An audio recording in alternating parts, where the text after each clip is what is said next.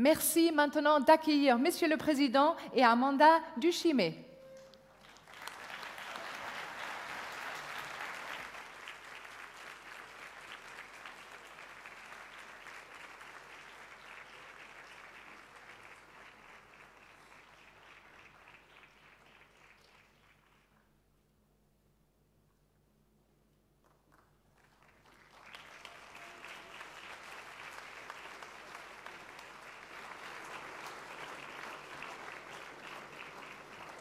Bonjour, merci beaucoup mes amis, mesdames, messieurs les chefs d'État, de gouvernement, mesdames, messieurs les ministres, chefs de délégation, ambassadeurs, dirigeants.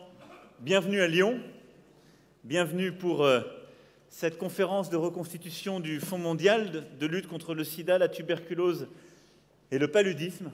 Et je veux d'abord céder la parole à Amanda, qui nous vient du Burundi et qui est avec nous à Lyon. Merci beaucoup d'être là. Je vous remercie, Monsieur le Président.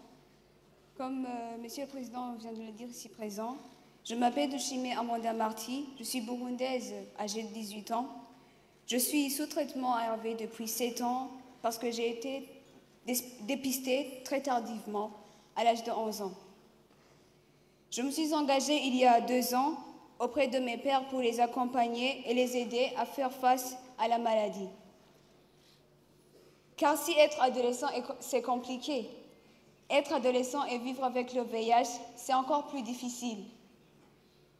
Nous rencontrons des difficultés telles que la prise quotidienne de médicaments, les hospitalisations répétées, les discriminations et les stigmatisations, le poids du secret.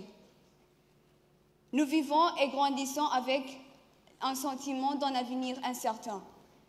C'est pourquoi c'est un honneur aujourd'hui, à l'occasion de la 6e conférence de reconstitution du Fonds mondial, d'être parmi vous, de porter en tant qu'ambassadrice du réseau Grandir Ensemble, soutenu par SIDAction, la voix des jeunes de l'Afrique de l'Ouest, de l'Est et du Centre.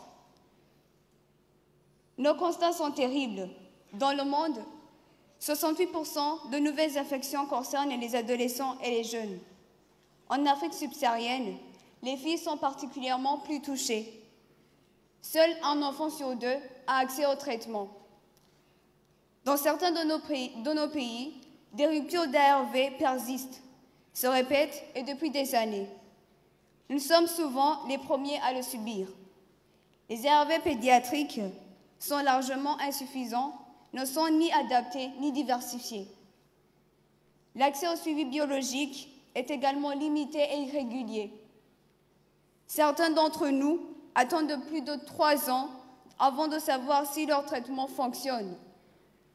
Pour finir, du fait de notre statut sérologique, nous subissons de multiples stigmatisations et discriminations. Les autres ont peur de nous. Nous ne pouvons plus accéder à certains métiers, formations ou encore des bourses d'études. Certains perdent leur travail, d'autres sont rejetés par leurs amis ou leur famille.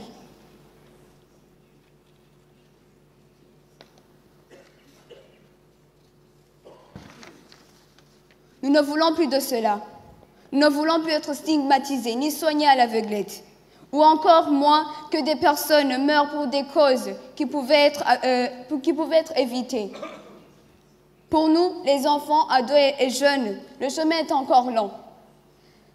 Nous, jeunes, vivons avec le VIH/SIDA.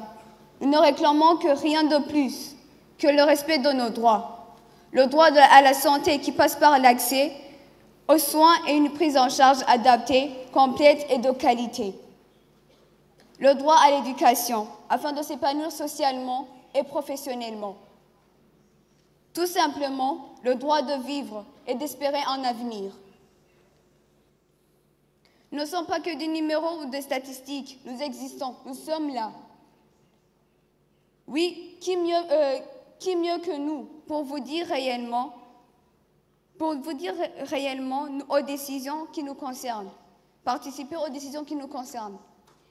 Nous ne voulons pas être cantonnés au simple rôle de bénéficiaires, mais être acteurs de notre propre développement. La réponse aux épidémies doit être construite par nous, avec nous. Nous savons mieux que quiconque ce dont nous avons besoin. Laissez-nous vous mettre en garde. Laissez-nous réellement vous dire là où nous souffrons. Notre santé, notre éducation, notre insertion doivent être des priorités. Comme l'ont exprimé mes camarades du groupe Jeunes hier dans la réception, en adressant leurs réponses à la lettre aux enfants de 7 ans, nous devons faire partie intégrante des réponses du Fonds mondial pour les droits de la maladie en tant que leaders et partenaires égaux. Notre vie a de la valeur. Vous ne devez jamais l'oublier. Aujourd'hui, nous n'avons qu'un seul choix, accélérer le mouvement et faire que cette sixième conférence de reconstitution soit un succès. Entendez-nous, impliquez-nous, accélérons le mouvement. Merci.